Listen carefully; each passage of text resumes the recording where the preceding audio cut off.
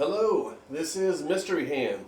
Welcome to my channel. This is the first video related to ham radio, and I'd like to give you a tour of my humble shack.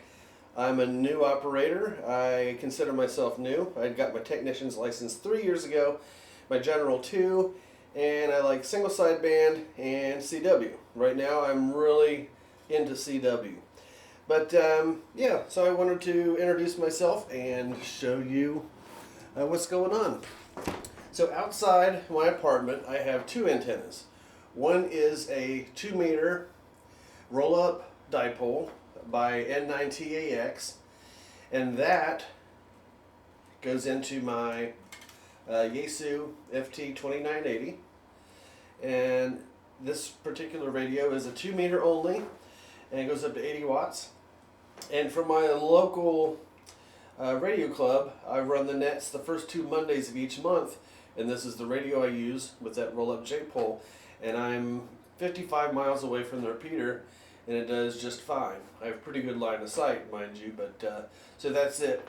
That's pretty much it for 2 meters. So for HF, I have a 40 through 10 MFJ end-fed half-wave that I have up in a tree in an inverted V configuration, and it eventually, the coax signal eventually makes its way to this FT891.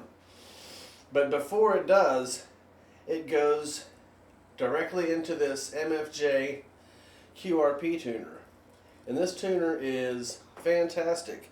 I picked it up because it's small, great for portable use, and it's very affordable and effective.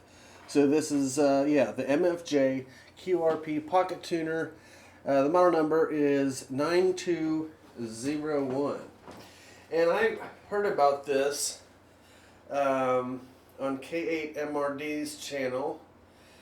I think his channel now is called Ham Radio Tube, and some other YouTubers talked about this.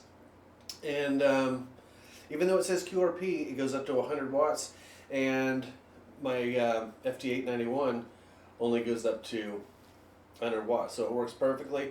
I've been using it for years, no problems whatsoever. I rarely go up near close to 100 watts, but I have, and it works fine.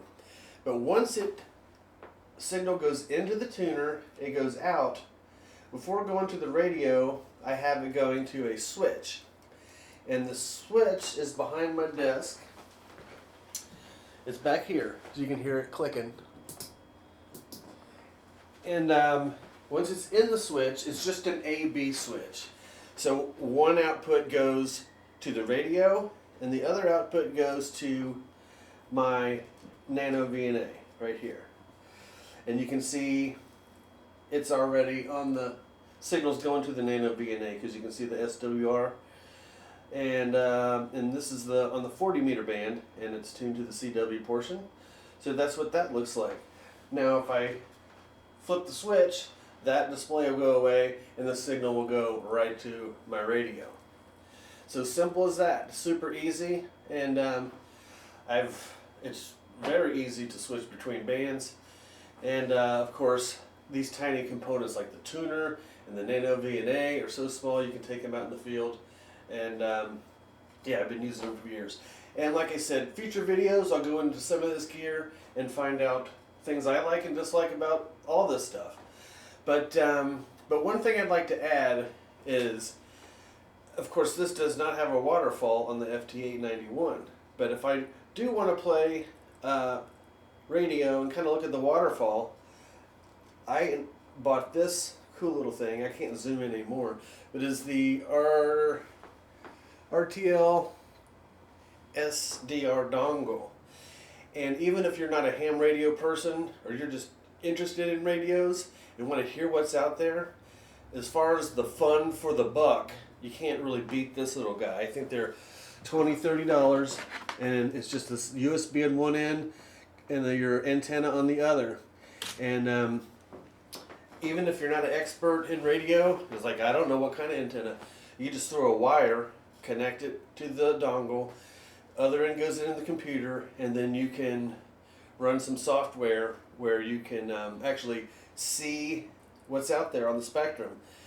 And so if I do want to do that, I just simply take the wire that is from my Nano VNA and just plug it into the dongle. So I'll just show you. I have the right connectors to make everything super easy. So I just pop that on, and then it's plugged in. And now you can see that my computer screen, the waterfall began. So now I can see what I'm listening to. And not only just ham bands, but shortwave stations, FM radio stations, medium wave stations. I can look, see what even FRS, GMRS, airband, and 2 meter, 70 centimeter ham bands. It covers a lot, and it's super easy. But so for assuming you already have a computer, for 20 to 30 bucks for that RTL SDR dongle, it is hard to beat. And the only link I'll put in the description of this one might be that dongle to get started. But that is about it as far as how my shack's configured. But one thing I'd like to show you is my latest craze is CW. Soon after I got my General, I really started getting interested in CW. But let's rewind. Way before that, I noticed this key in our local pawn shop. And I saw that way before I was even interested in amateur radio. And I just thought that was cool. After I got my technician license, I remembered that this was at that pawn shop. So I said, shoot, I'll just buy that. And it was around $20, and that's how I started practicing. And it's an okay key. Something's broken about it. I'll cover that in a later video. But I found this guy on eBay, and that's the iambic paddle. So I had to get it because they match. And they are, I guess the company's called Ham Key, and they're out of St. Louis. It's the working man's version of the Browns Brothers key. The iambic key on the right is very good action, but both of them have broken, and it has to do with the plastic components in it. And I will cover that, what broke, and how I fixed them. So they're functional. The iambic paddle works the best. There is, like I said, an issue with this because I had to do some sort of modification. But that just takes me to my favorite paddles. And let's see, we'll bring these in here. I picked this up off eBay. This is a SpeedX key. Oh, it's hooked up. Alright, and so I like it. It has very good action. And let's see, let's bring them both a little closer. And the one on the right is a McElroy or McElroy, however you want to pronounce it. I picked that up at our local Ham Fest last year. There was a big row of keys, a bunch of bugs and side swipers and stuff. This is the lonely straight key. So I asked him about it. And he says, have you ever heard of a guy named McElroy? I said, nope. So he gave me the whole story about he was, still to this day, holds the record on receiving Morse code and being able to head copy. It's at a crazy amount, like 70 words a minute or something crazy. And he held that record back in the 30s or 40s. I can't really remember. But also I picked up at Hamvention this little radio. And this is an recent RS 978. And let's see if I can turn it on, get the display. I passed this at the Hamvention several times, wondering if I should buy it, should I get it. So I finally just bit the bullet and bought it. And it's okay. There's a lot of positives. There's some drawbacks, but I'll cover that in a future video. But even today I thought about selling it. But then I'm probably going to wish I never did. I'm just waiting for that perfect radio. I guess the latest one that's hot right now is the new Elecraft, the Poda Soda radio. So I've been thinking about selling this, getting that, but I have a feeling that some company's going to come up with something that is just a slam dunk for portable operations. But I really like this because when my wife and I go do our chores on the weekend, there's some stores that she wants to shop at that I don't really want to shop at. So she does the shopping. I pull this out, connected to my ham stick, which is a 20-meter mini, and I have it tuned to CW. So I'll just make some CW contacts while she's shopping. When I see her coming out the door, I pack it all up, and we go on with our day. So it's a cool radio in that respect.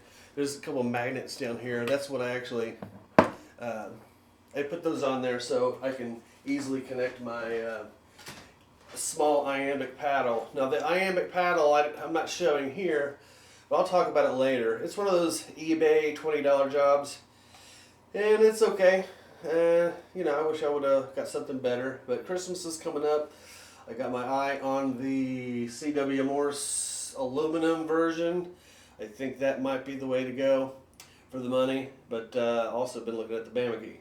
Back and forth from the Bama key and the CW Morse, but we'll see how it goes. And that's about it. Oh, I guess before I was interested in ham radio, I was interested in shortwave. I played with my grandfather's shortwave radio, and I thought, I need to get a shortwave radio. So this is the latest purchase, I think, overall. I think I got it a few weeks ago, and I really like this Texan PL330. I like it because it's super tiny and it has great reception.